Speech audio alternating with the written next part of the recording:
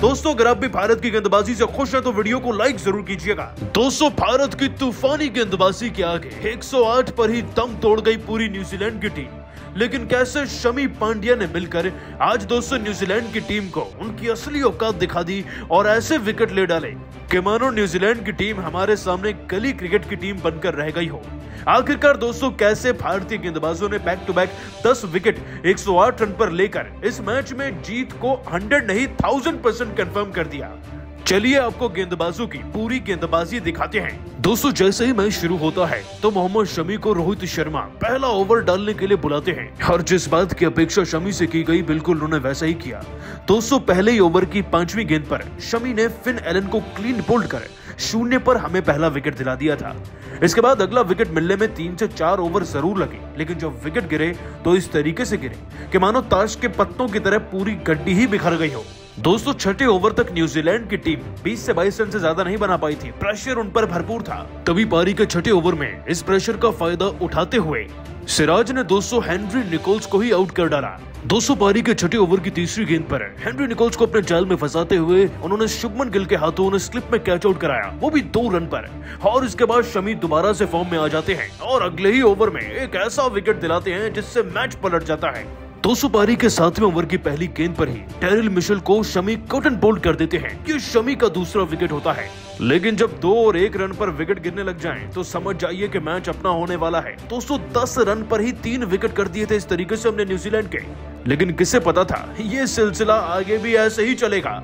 दोस्तों 5 ओवर बाद भारत को चौथा विकेट मिलना था, लेकिन ये विकेट शमी या सिराज में से नहीं बल्कि पांड्या ने लिया, वो भी इस अनायाब तरीके से कि कैच को देखकर आप भी तौबा कर जाएंगे। बात 10वें ओवर की है।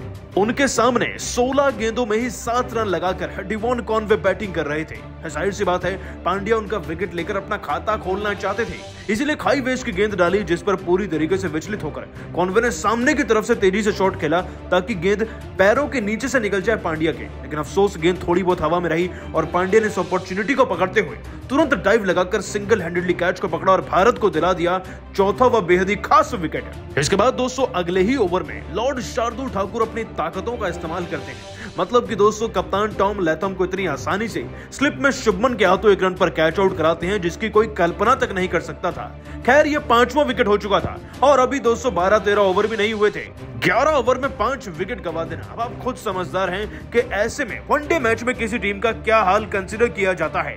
दोस्तों पिछले मुकाबले के अनसंग सुपर हीरो ब्रिस्वेल फिर मैदान में सेट होने का प्रयास करते हैं। 3-4 चौके लगाकर वो भी 20 से ऊपर पहुंच ही जाते हैं, लेकिन फिर उनका सामना होता है आज रफ्तार के सौदागर मोहम्मद शमी से। पारी के 19वें ही ओवर में दोस्तों शमी इस ओवर की 3री गेंद को इस तरीके से डालते हैं, इस कदर घुमाते हैं कि गेंद इस खिलाड़ी के बल्ले कैच लेकर सीधा ईशान किशन के हाथों में चली जाती है और ये भी कैच आउट होकर अपना विकेट गंवा बैठते हैं। दोस्तों ये विकेट वाकई में मैच को पलट देता है। अब तो न्यूजीलैंड की टीम बैसाखी पर चल रही थी और बचे कुचे विकेट लेते हैं हमारे पांड्या जैसे खिलाड़ी।